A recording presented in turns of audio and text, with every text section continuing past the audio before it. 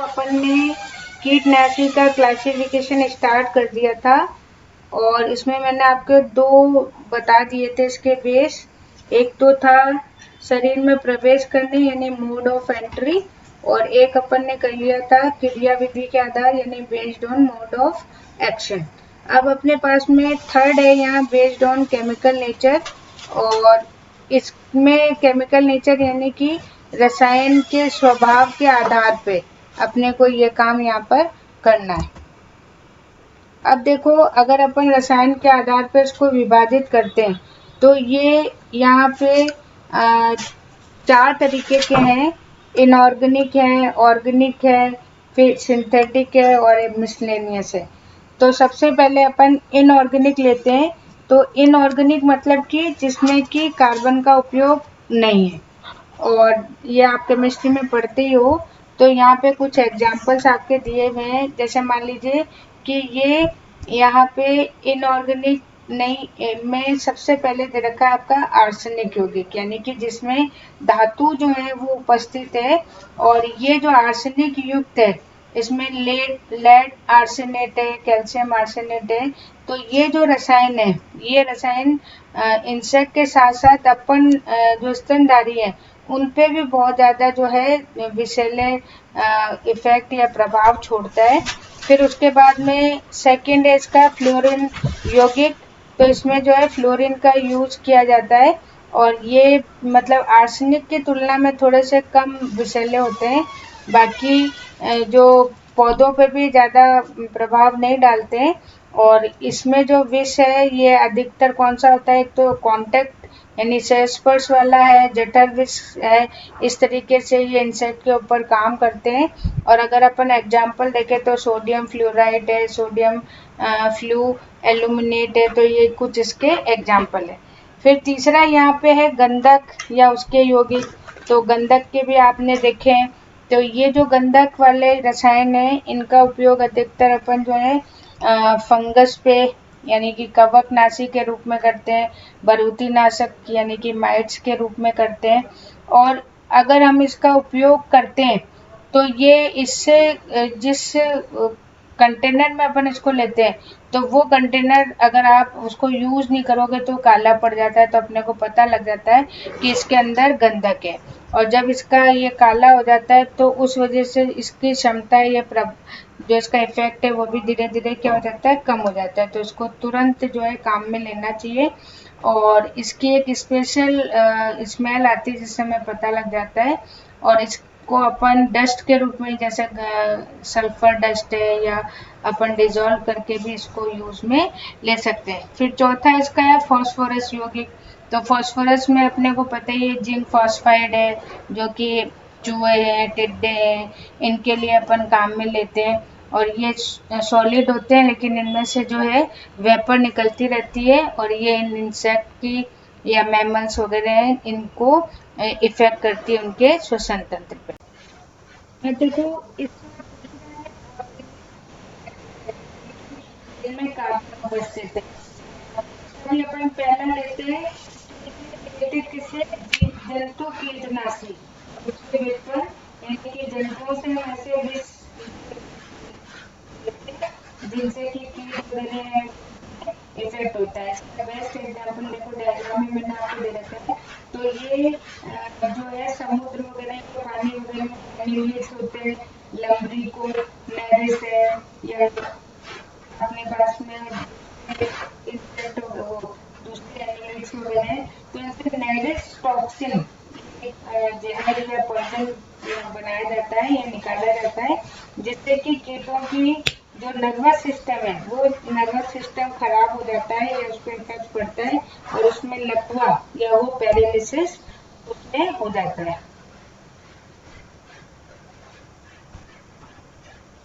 उसके बाद में देखो अपने पास में है कुछ प्लांट्स भी हैं, जैसे वनस्पति कीटनाशी है।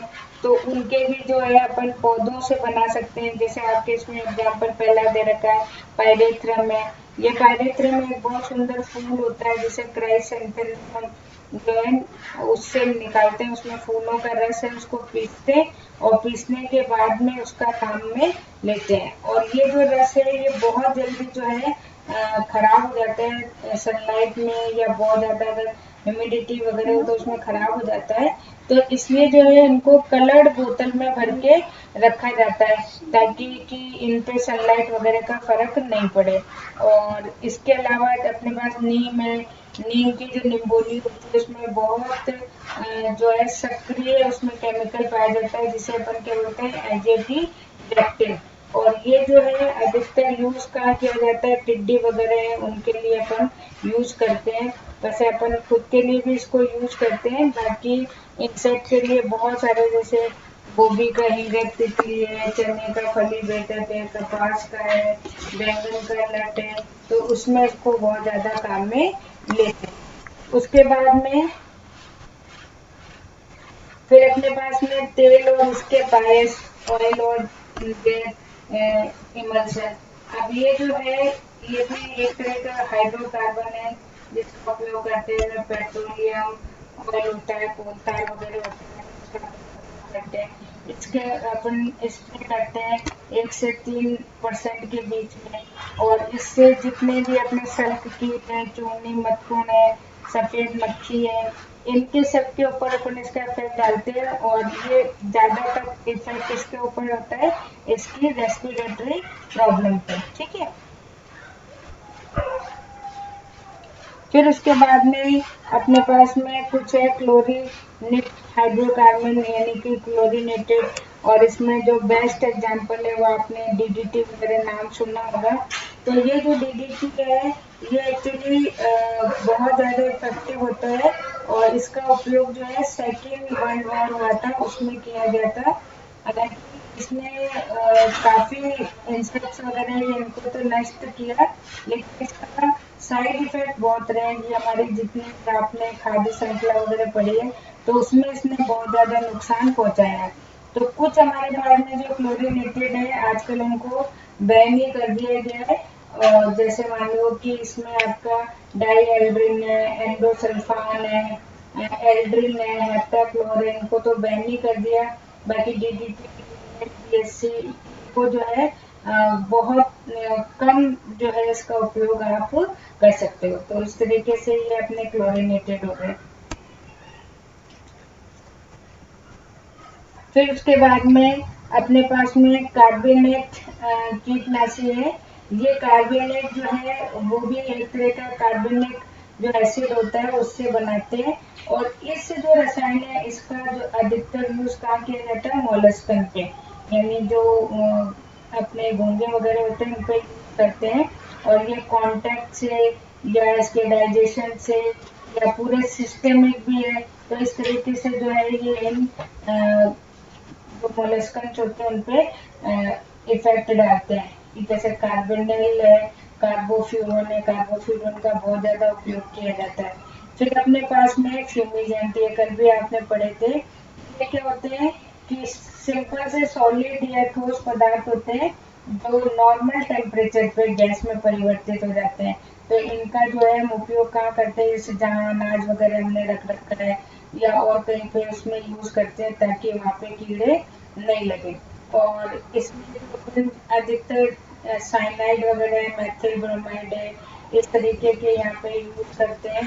और कुछ चूहों के लिए भी अगर आपने जैसे फॉस्फिन वगैरह नाम सुना तो वहाँ पे भी जो है इस तरह से यूज करते हैं। तो इसकी जो धुआं निकलता है या इससे जो गैस निकलता है उसके जो चूहे वगैरह है वो उनका श्वसन तंत्र डैमेज हो जाता है। फिर अपने पास में है सिस्टेमेटिक पायरीथ्रोइड्स। तो ये जो पायरीथ्रोइड्स है ये भी जो है अधिकतर हम इनका उपयोग करते हैं। कुछ हमारे पास में जैसे जानवर वगैरह होते हैं उनके ऊपर टिक्स वगैरह लग जाती है, तो हमारे जो घरेलू जानवर है उन जानवरों के ऊपर इसको उपयोग में लाते हैं और ये उनको मार देते हैं। और ये जो है इसका भी उपयोग अपने इंडिया में बहुत ज्यादा किया जाता है। कुछ अपने पास में एग्जाम्पल भी है, है और अपने पास डेल्टा मैथ्रिन है, लैम्डा है। तो ये कुछ जो है जिनका अपन उपयोग करते हैं। और ये अपने फसलों के कीटों के साथ साथ जानवरों के भी जो है कीट को भी क्या करते हैं, नष्ट करते हैं। फिर अपने देखो लास्ट में मिसलेनियस या विविध कीटनाशी बचे, जिसमें कुछ एग्जाम्पल आपको दिए गए हैं। जैसे पहला है क्लोरोनिकोटिनिल इंसेक्टिसाइड्स है, और इनका जो संश्लेषण इनको जो बनाया गया था 1985 में जापान में बनाया गया था। और अधिकतर जैसा कि आपने इतनी सारी डिजीज है तो एक क्लोराइड आपने बहुत नाम सुना। इस तरीके से ये जो रसायन अधिकतर डाइजेशन से या पूरे बॉडी पे जो है उस पर इफेक्ट करते हैं। और इसका उपयोग अधिकतर जो थ्रिप्स है, एफिड है, तेला, पादप फुदकी, सफेद मक्खी उपयोग करते हैं।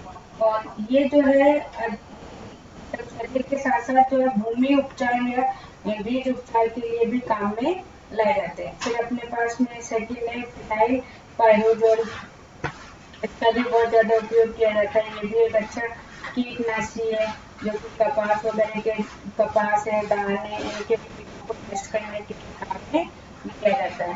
फिर अपने पास में एक है स्पाइनोसेड, एक स्प्रोट है जिसका ट्रीटमेंट किया जाता है। और ये जो है विशेष प्रकार की जो अपने बारे में कहना चाहिए कि बैक्टीरिया वगैरह होते हैं उससे इनको बनाया जाता है। और इसका भी उपयोग अपन क्या करते हैं, कपास की सुंडी वगैरह उसके लिए काम में लेते हैं। लास्ट अपने पास में एबामेक्टिन, ये जो है ये माइट्स को मारने में काम में लिए जाते हैं। और जो ये नींबू वगैरह है उनके ऊपर मधुमक्खी वगैरह होती है उनको उसमें काम में लिया जाता है। और सबसे बड़ी बात ये है कि ये मतलब उनको ज्यादा नुकसान नहीं पहुंचाते, लेकिन उनको निष्क्रिय कर देते हैं। ठीक है, ओके।